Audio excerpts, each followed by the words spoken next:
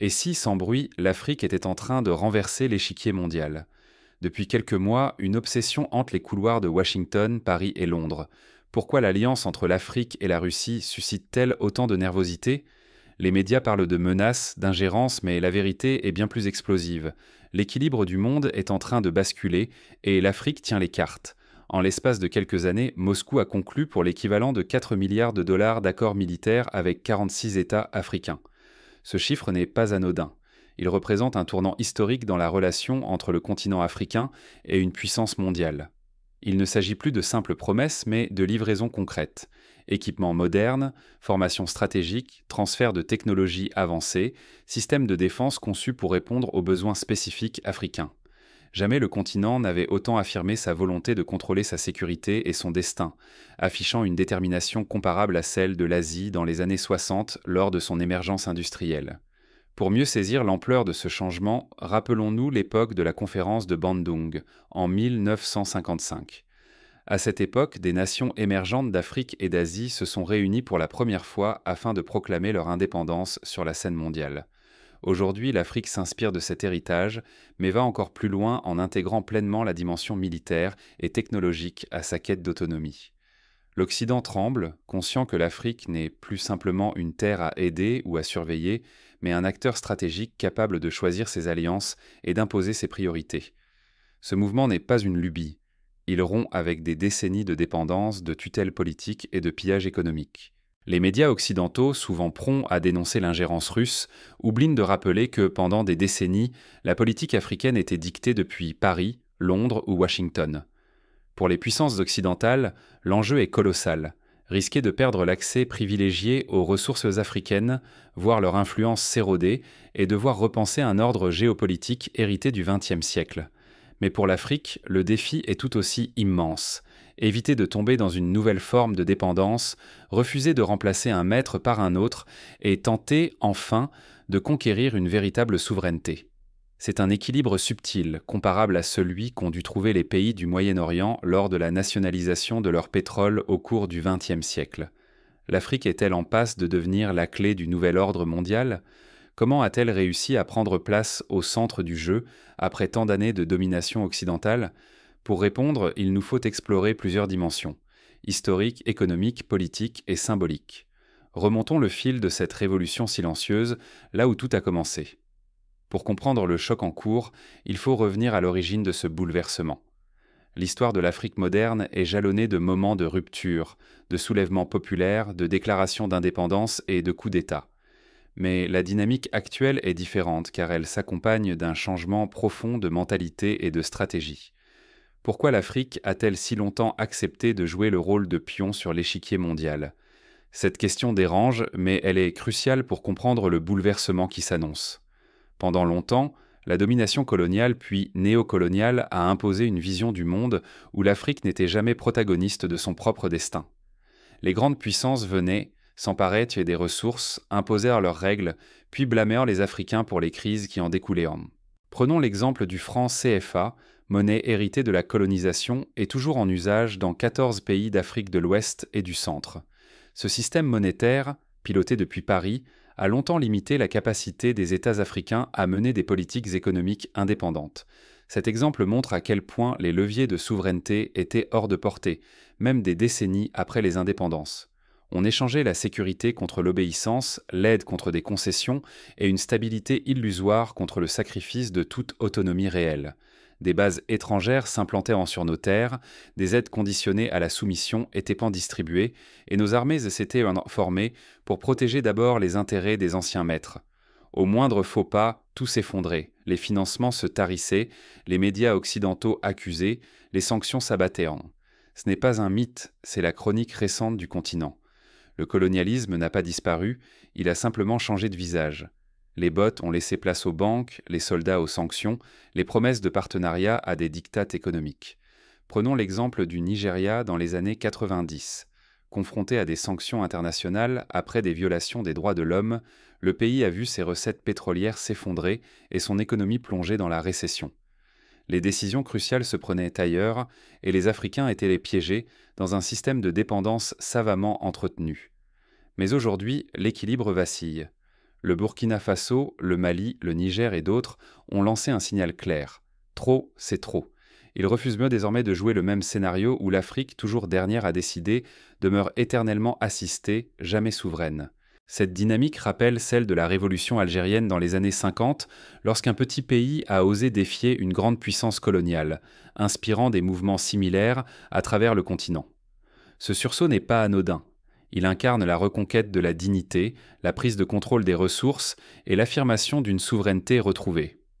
Pourtant, le risque demeure immense. Si l'Afrique persiste à accepter le rôle imposé, elle risque de perdre à jamais ses richesses, son autonomie et de rester prisonnière d'un cercle vicieux d'assistanat. Ce cercle a été décrit par l'économiste Dambisa Moyo, qui a montré comment l'aide internationale pouvait, paradoxalement, entretenir la dépendance et freiner le développement. Alors de pourquoi ce réveil maintenant? Qu'est-ce qui a permis à l'Afrique de rompre l'ordre établi et d'oser regarder vers de nouveaux horizons? Pour comprendre ce basculement, il faut revenir sur un événement clé qui a bouleversé les alliances et réveillé l'esprit d'indépendance africain. Car le point de bascule ne s'est pas produit par hasard. La guerre en Ukraine, déclenchée en 2022, a profondément modifié l'équilibre des forces mondiales. Les sanctions occidentales contre la Russie ont provoqué une polarisation accrue, mais aussi ouvert la voie à de nouvelles alliances. Et si le vrai combat de l'Afrique n'était pas la pauvreté, mais l'émancipation? Malgré des trésors naturels inestimables, la force des monnaies africaines n'a jamais reflété la richesse de leur sous-sol. L'or, l'uranium, le pétrole, convoités, exploités, mais rarement transformés en puissance locale. Pourquoi un continent aussi doté doit-il encore mendier pour éduquer ses enfants ou bâtir ses routes? Il ne manque pas de ressources, mais de pouvoir sur leurs valeurs. Depuis des décennies, l'Occident impose ses règles, ses juges et ses lois. Jamais l'Afrique n'a pu fixer le tempo selon ses intérêts. Ce sont toujours d'autres qui décident du prix de ces matières premières, des modalités de ces prêts, de ce qui est acceptable ou non sur la scène internationale. Prenons le cas du cacao ivoirien. La Côte d'Ivoire produit plus de la moitié du cacao mondial, mais les prix sont fixés à Londres et à New York, et le pays ne perçoit qu'une infime partie de la valeur créée. Pourtant, un basculement s'opère. Quand l'Occident a tenté d'isoler la Russie par une avalanche de sanctions inédites, une fissure s'est ouverte dans cet ordre mondial autrefois hégémonique. Ce qui devait affaiblir Moscou a dévoilé au monde et à l'Afrique que ce système n'est ni impartial ni éternel. Les règles se plient aux intérêts de quelques-uns, jamais à ceux des peuples. Dès lors, de nombreux dirigeants africains se sont interrogés. Pourquoi ne pas explorer d'autres voies, d'autres alliances? La Russie, elle, avance une offre différente. Pas de sermons, pas de conditions cachées, elle propose de vrais partenariats, des transferts de technologies, des accords où l'Afrique peut enfin négocier d'égal à égal. Moscou écoute, construit sans imposer, mais la vigilance reste essentielle. Car toute main tendue peut aussi être une laisse. L'histoire fourmille d'exemples où une nouvelle alliance a fini par reproduire les anciens schémas de domination, comme ce fut le cas lors de la guerre froide, lorsque de nombreux pays africains se sont retrouvés otages des rivalités entre blocs. Aujourd'hui, le danger n'a jamais été aussi grand. Rester prisonnier du statu quo, c'est accepter la dépendance éternelle. Mais se précipiter vers de nouveaux alliés sans discernement, c'est risquer un esclavage plus subtil, mais tout aussi périlleux.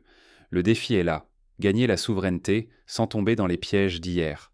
Pour y parvenir, il est crucial de renforcer les institutions nationales, d'investir dans l'éducation et de diversifier les partenaires économiques et stratégiques. Pourquoi ce réveil africain fait-il si peur à l'Occident? Qu'a-t-il au fond à perdre dans cette recomposition mondiale? Et pourquoi la panique gagne-t-elle les plus hautes sphères du pouvoir? Car derrière ce bouleversement, ce sont des intérêts longtemps protégés qui vacillent. L'Afrique qui choisit, c'est l'Occident qui doute, et tout l'équilibre du pouvoir qui s'en trouve menacé. On l'a vu avec la réaction des grandes puissances lors du retrait des forces françaises du Mali en 2022. La France, qui voyait dans le Sahel un pilier de sa stratégie africaine, a été contrainte de repenser sa politique sous la pression de la volonté populaire. Le monde tremble, mais ce n'est plus la Russie qui inquiète. Cette fois, c'est l'Afrique qui avance sans demander la permission à quiconque. L'impact dépasse le champ militaire. L'Occident découvre une réalité brutale. Il perd la main sur le cœur énergétique et minéral du globe. Uranium, or, pétrole, cobalt. Ces ressources, longtemps pilotées depuis Paris ou Washington, sont aujourd'hui négociées et protégées par des gouvernements qui pensent eux d'abord à l'intérêt africain. La Russie n'est plus seulement un fournisseur d'armes. Elle traite désormais d'égal à égal, propose de vrais partenariats, transfère des technologies, forme les compétences locales.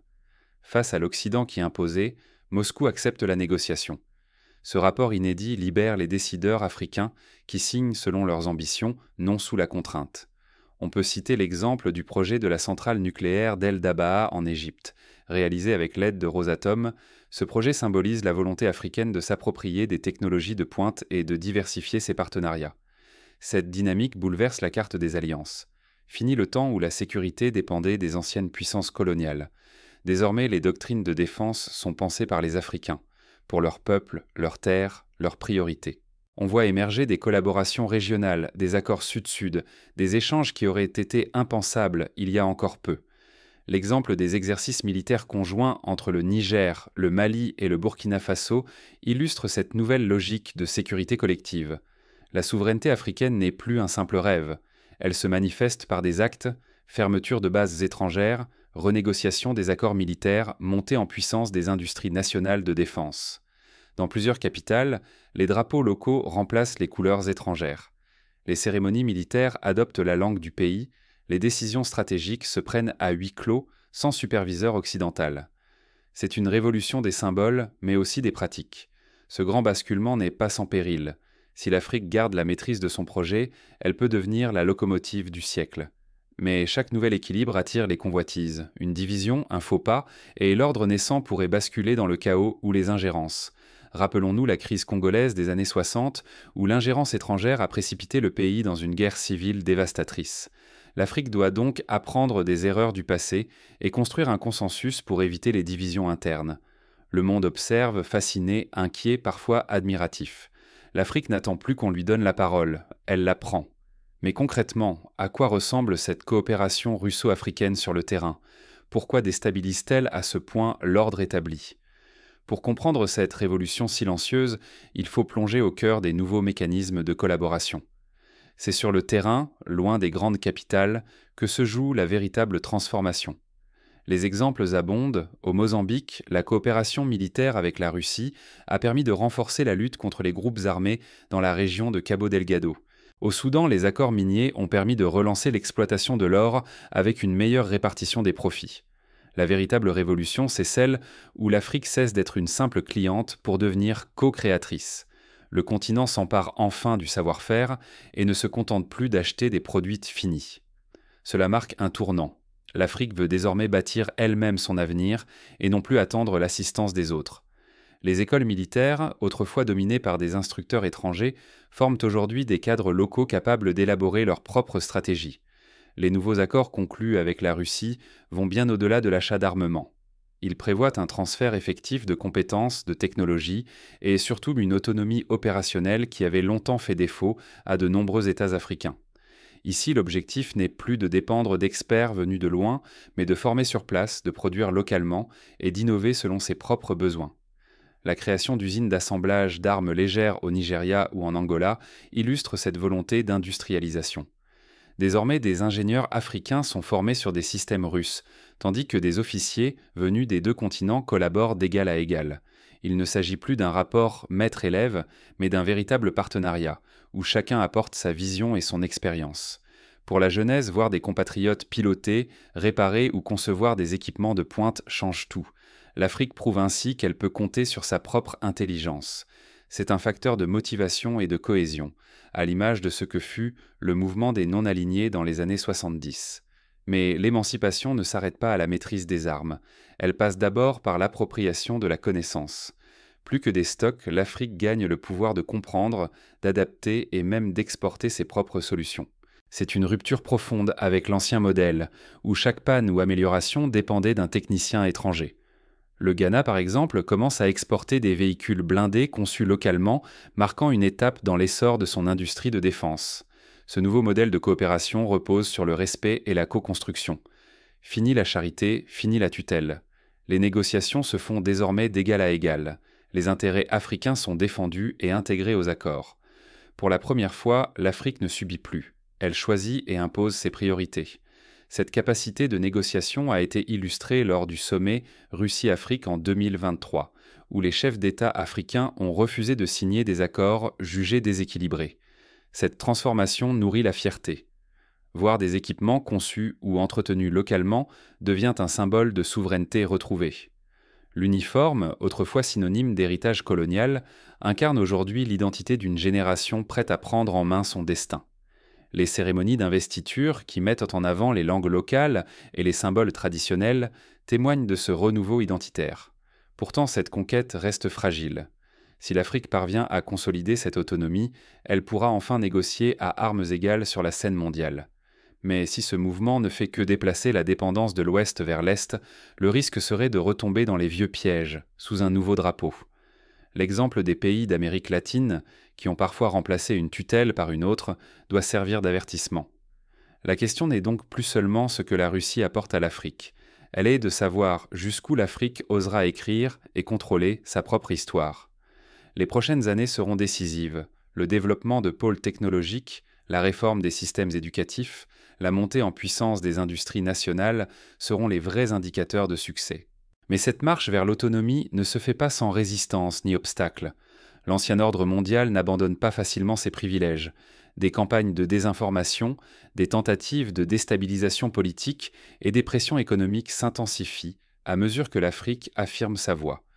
Les cyberattaques, les guerres de l'information et les manipulations médiatiques sont autant de nouveaux fronts dans ce combat pour la souveraineté. L'Afrique ne guette plus le signal. Elle entre dans l'arène pour écrire sa propre histoire. Les mouvements citoyens, les think tanks africains, les jeunes entrepreneurs et les artistes s'emparent du récit national et international. C'est une renaissance culturelle aussi importante que les changements politiques et économiques. Pendant des générations, on a voulu figer l'Afrique dans le rôle de l'élève docile, attendant patiemment l'accord des puissances étrangères pour avancer. Cette époque touche à sa fin. Le continent ne veut plus être spectateur. Il brise le cercle et réclame la scène. L'explosion des start-up africaines, la montée des plateformes numériques et l'affirmation de la création artistique témoignent de la vitalité d'une jeunesse décidée à changer la donne. Le rapprochement avec la Russie n'est pas une provocation gratuite, mais un acte d'affirmation. Désormais, il n'est plus question d'avaler des alliances dictées par d'autres, mais de choisir ses compagnons, de dessiner ses propres règles et de tracer sa route. Cette démarche s'inscrit dans une logique de diversification, où chaque partenariat est évalué à l'aune de l'intérêt national et régional. L'Occident perçoit le danger. Si l'Afrique se libère, c'est l'ordre mondial, façonné depuis des siècles, qui chancelle. Il ne s'agit pas seulement de bases militaires fermées ou de contrats redistribués, mais d'une contestation profonde, d'une domination silencieuse, d'un système où l'Afrique n'exerçait jamais vraiment la maîtrise de ses ressources, ni de son destin. Les débats au sein de l'Union africaine sur la création d'une monnaie unique ou d'une force de défense commune sont autant de signes de cette volonté d'autonomie. À ce carrefour, l'enjeu devient historique. Continuer à suivre des modèles imposés de l'extérieur, c'est accepter la dépendance à perpétuité. Prendre les rênes, c'est devenir l'un des piliers du monde qui se construit sous nos yeux. Les prochains sommets internationaux, qu'il s'agisse du G20 ou du Forum sur la coopération sino-africaine, seront des moments clés pour mesurer l'influence croissante du continent. Cette bifurcation force une question dérangeante. Pourquoi, durant tant de décennies, a-t-on laissé croire que l'Afrique devait attendre la permission pour se défendre, commercer ou même rêver? N'était-ce pas là une manière habile de maintenir une tutelle invisible? Les témoignages d'anciens chefs d'État comme Kwame Nkrumah ou Patrice Lumumba résonnent encore aujourd'hui, rappelant la longue marche vers la libération. Aujourd'hui, la réponse s'impose, l'Afrique n'a plus besoin de feu vert. Sa jeunesse exige une place, une voix, une puissance. Les dirigeants multiplient les alliances fondées sur l'égalité et rejettent le rôle de simple figurant. L'essor des réseaux panafricains, la croissance des universités d'excellence et la généralisation de l'accès à Internet ouvrent de nouvelles perspectives. Ce réveil est scruté par la planète entière. Pour les Africains, c'est une renaissance, une reconquête de dignité et d'autonomie. Pour le reste du monde, c'est un appel à repenser les rapports. Il ne s'agit plus de dominer, mais de rééquilibrer. La présence accrue de l'Afrique au Conseil de sécurité de l'ONU, l'organisation de sommets économiques sur le continent, la multiplication des prix Nobel africains témoignent de ce dynamisme. L'alternative n'est plus de choisir entre l'Est et l'Ouest, mais de forger une voie africaine fondée sur la souveraineté, la coopération et l'audace. L'Afrique peut, doit et va écrire son futur sans entrave, sans permission. Les initiatives d'intégration régionale, comme la zone de libre-échange continentale africaine, sont des jalons essentiels sur ce chemin. La vraie question n'est donc plus l'Afrique a-t-elle besoin d'autorisation pour s'élever, mais bien qui désormais osera encore tenter de l'arrêter.